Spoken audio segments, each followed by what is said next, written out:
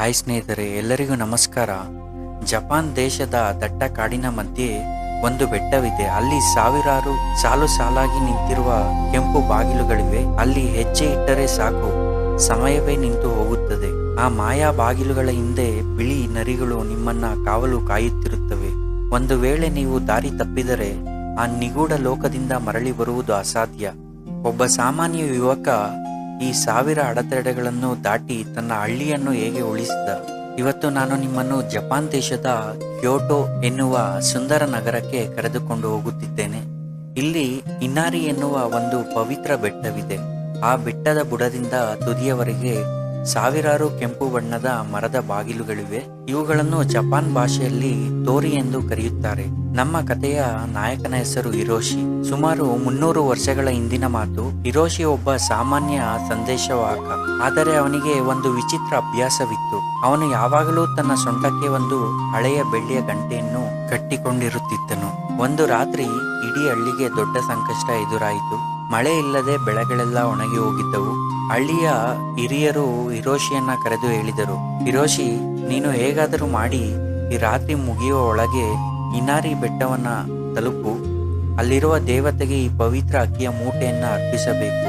ಹಾಗಾದರೆ ಮಾತ್ರ ನಮ್ಮ ಹಳ್ಳಿಗೆ ಮಳೆ ಬರುತ್ತದೆ. ಆದರೆ ನೆನಪಿಡು, ಆ ಹಾದಿಯಲ್ಲಿ 1000 ಕೆಂಪು ಬಾಗಿಲುಗಳಿವೆ. ಪ್ರತಿಯೊಂದು ಬಾಗಿಲು ನಿನ್ನನ್ನು ಪರೀಕ್ಷಿಸುತ್ತದೆ ಎಂದು ಹೇಳಿದರು. ಹಿರೋಶಿ ಹೆದರಲಿಲ್ಲ. ತನ್ನ ಬೆಳ್ಳಿಯ ಗಂಟೆಯನ್ನು ಸರಿಪಡಿಸಿಕೊಂಡ. ಕತ್ತಲೆಯಲ್ಲಿ ಆ 1000 ಬಾಗಿಲುಗಳು ಹಾದಿಯನ್ನು ಹತ್ತಲು ಶುರು ಮಾಡಿದ.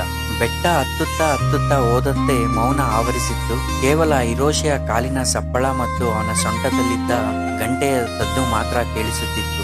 ಸುಮಾರು 100 ಬಾಗಿಲುಗಳನ್ನು ದಾಟಿದ ನಂತರ ಅವನಿಗೆ ದಾರಿಯಲ್ಲಿ ಒಂದು ಬಿಳಿ ನರಿ ಕಂಡಿತು. ಜಪಾನಿನ ನಂಬಿಕೆಯ ಪ್ರಕಾರ ಈ ನರಿಗಳು ದೇವತೆಯ ದೂತರು. ಆ ನರಿ ಹಿರೋಶಿಯ ಕಣ್ಣನ್ನು ದಿಟ್ಟಿಸಿ ನೋಡಿ ಮಾಯವಾಯಿತು. ತಕ್ಷಣವೇ ಹಿರೋಶಿಗೆ ಒಂದು ವಿಚಿತ್ರ ಅನುಭವವಾಯಿತು. ಅವನು ಹತ್ತುತ್ತಿದ್ದ ದಾರಿ ಮುಗಿಯಲೇ ಇಲ್ಲ. ಎಷ್ಟು ನಡೆದರೂ ಅದೇ ಕೆಂಪು ಬಾಗಿಲುಗಳು ಮತ್ತೆ ಮತ್ತೆ ಬರುತ್ತಿದ್ದವು. ಇದು ಸಮಯದ ಸುಳಿ ಆಗಿತ್ತು. ಪ್ರೇಕ್ಷಕರೇ, ಯೋಚನೆ ಮಾಡಿ, ನೀವು ಒಬ್ಬರೇ ಕಾಡಿನ ಮಧ್ಯೆ ಇದ್ದೀರಿ. ಸಾವಿರಾರು ಬಾಗಿಲುಗಳು ನಿಮ್ಮನ್ನು ಸುತ್ತುವರೆದಿವೆ. ದಾರಿ ಕಾಣುತ್ತಿಲ್ಲ. ಹಿರೋಶಿ ಗಾಬರಿಯಾಗದೆ ತನ್ನ ಕಣ್ಣು ಮುಚ್ಚಿ ಧ್ಯಾನಕ್ಕೆ ಕುಳಿತನು. ಅವನಿಗೆ ತನ್ನ ಗುರುಗಳು ಹೇಳಿಕೊಟ್ಟ ಮಾತು ನೆನಪಾಯಿತು. ಕಣ್ಣಿಗೆ ಕಾಣುವ ದಾರಿ ಸುಳ್ಳಾಗಬಹುದು, ಆದರೆ ಮನಸ್ಸಿನ ಸಂಕಲ್ಪ ಸತ್ಯವಾಗಿರಬೇಕು. ಅವನು ತನ್ನ ಬೆಳ್ಳಿಯ ಗಂಟೆಯನ್ನು ಜೋರಾಗಿ ಬಾರಿಸಿದ. ಆ ಶಬ್ದಕ್ಕೆ ಆ ಮಾಯಾಜಾಲ ಒಡೆದು ಹೋಯಿತು. ಕೆಂಪು ಬಾಗಿಲುಗಳು ಸರಿಯಾದ ಹಾದಿಯನ್ನು ತೋರಿಸಿದವು. ಆದರೆ ಅಲ್ಲಿ ಒಂದು ದೊಡ್ಡ ಸವಾಲು ಅವನಿಗೆ ಕಾಡುತ್ತಿತ್ತು. ಹಿರೋಶಿ ಬೆಟ್ಟದ ಅರ್ಧ ಹಾದಿ ತಲುಪುವಷ್ಟರಲ್ಲಿ ದೊಡ್ಡ ಬಿರುಗಾಳಿ ಬೀಸತೊಡಗಿತು. ಗಾಳಿಯ ವೇಗಕ್ಕೆ ಆ ಕೆಂಪು ಬಾಗಿಲುಗಳು ಅಲುಗಾಡುತ್ತಿದ್ದವು. ಅವನ ಮುಂದೆ ಒಬ್ಬ ದೈತ್ಯ ಕಾವಲುಗಾರ ಪ್ರತ್ಯಕ್ಷನಾದ. ಆತ ಕೇಳಿದ, ಹಿರೋಶಿ, ನೀನು ಈ ಅಕ್ಕಿಯನ್ನು ನಿನ್ನ ಹೊಟ್ಟೆ ತುಂಬಿಸಿಕೊಳ್ಳಲು ಒಯ್ಯುತ್ತಿದ್ದೀಯಾ ಅಥವಾ ನಿನ್ನ ಹಳ್ಳಿಗರಿಗೆಯಾ? ಹಿರೋಶಿ ನಮ್ರತೆಯಿಂದ ಹೇಳಿದ, ಸ್ವಾಮಿ, ನನ್ನ ಹಸಿವಿಗಿಂತ ನನ್ನ ಹಳ್ಳಿಯ ಜನರ ಹಸಿವು ದೊಡ್ಡದು. ಈ ಅಕ್ಕಿ ಅವರಿಗೆ ಸೇರಿದ್ದು.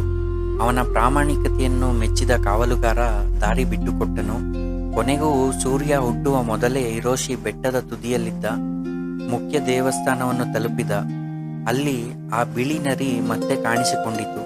ಹಿರೋಶಿ ಭಕ್ತಿಯಿಂದ ಅಕ್ಕಿಯ ಮೂಟೆಯನ್ನು ಅಲ್ಲಿಟ್ಟನು. ತಕ್ಷಣವೇ ಆಕಾಶದಿಂದ ಮಿಂಚು ಸಂಭವಿಸಿತು. ಬೆಟ್ಟದ ಕೆಳಗೆ ನೋಡಿದಾಗ ಹಿರೋಶಿಯ ಹಳ್ಳಿಯ ಮೇಲೆ ಮಳೆ ಸುರಿಯುತ್ತಿತ್ತು. ಹಿರೋಶಿ ಸಂಭ್ರಮದಿಂದ ಕೆಳಗೆ ಇಳಿದು ಬಂದ. ಅವನು ದಾಟಿ ಬಂದ ಆ ಸಾವಿರಾರು ಕೆಂಪು ಬಾಗಿಲುಗಳು ಈಗ ಸೂರ್ಯನ ಕಿರಣಗಳಿಗೆ ಚಿನ್ನದಂತೆ ಹೊಳೆಯುತ್ತಿದ್ದವು. ಇವತ್ತಿಗೂ ನೀವು ಜಪಾನ್ಗೆ ಹೋದರೆ ಆ 1000 ಬಾಗಿಲುಗಳನ್ನು ನೋಡಬಹುದು. ಜನರು ತಮ್ಮ ಇಷ್ಟಾರ್ಥಗಳನ್ನು ಈಡೇರಿದಾಗ ಅಲ್ಲಿ ಒಂದು ಕೆಂಪು ಬಾಗಿಲನ್ನು ದಾನವಾಗಿ ನೀಡುತ್ತಾರೆ. ಹಾಗಾಗಿಯೇ ಅಲ್ಲಿ ಬಾಗಿಲುಗಳ ಸಂಖ್ಯೆ ಹೆಚ್ಚುತ್ತಲೇ ಇದೆ. ಸ್ನೇಹಿತರೆ, ಈ ಕತೆ ನಮಗೆ ಕಲಿಸುವುದೇನೆಂದರೆ, ನಮ್ಮ ಹಾದಿಯಲ್ಲಿ 1000 ಅಡೆತಡೆಗಳು ಬಂದರೂ ನಮ್ಮ ಉದ್ದೇಶ ಒಳ್ಳೆಯದಾಗಿದ್ದರೆ ಯಶಸ್ಸು ಖಂಡಿತ ಸಿಗುತ್ತದೆ. ಸ್ನೇಹಿತರೆ, ಈ ಕತೆ ನಿಮಗೆ ಇಷ್ಟವಾಯಿತೆಂದು ಭಾವಿಸುತ್ತೇನೆ. ನೀವು ಇದೇ ರೀತಿಯ ವಿಶೇಷ ಕಥೆಗಳಿಗಾಗಿ ನಮ್ಮ ಚಾನಲನ್ನು ಸಬ್ಸ್ಕ್ರೈಬ್ ಮಾಡಿಕೊಳ್ಳಿ. ಧನ್ಯವಾದಗಳು.